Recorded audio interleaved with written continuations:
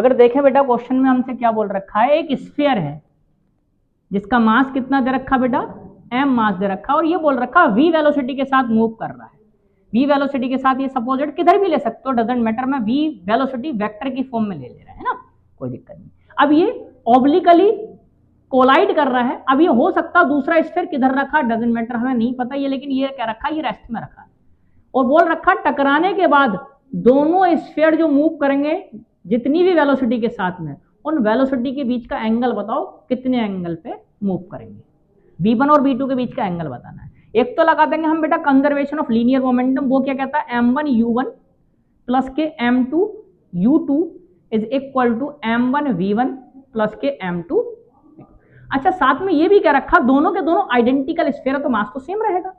ठीक है, mass m तो सेम रहेगा, m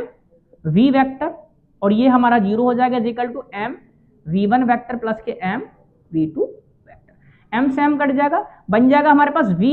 vector is equal to v1 plus के v2, दो वेक्टर का सम है, तो यहां से ये कह सकते हैं v जो है v1 v2 का रिजल्टेंट, ऐसा भी कह सकते हैं, या कह सकते हैं v square is equal to v1 का स्क्वायर प्लस के v2 का स्क्वायर प्लस के 2v1 into v2 into cos theta, और थीटा क्या होगा, v1 एंड v2 के बीच का एंगल, ये इक्वेशन नंबर 1।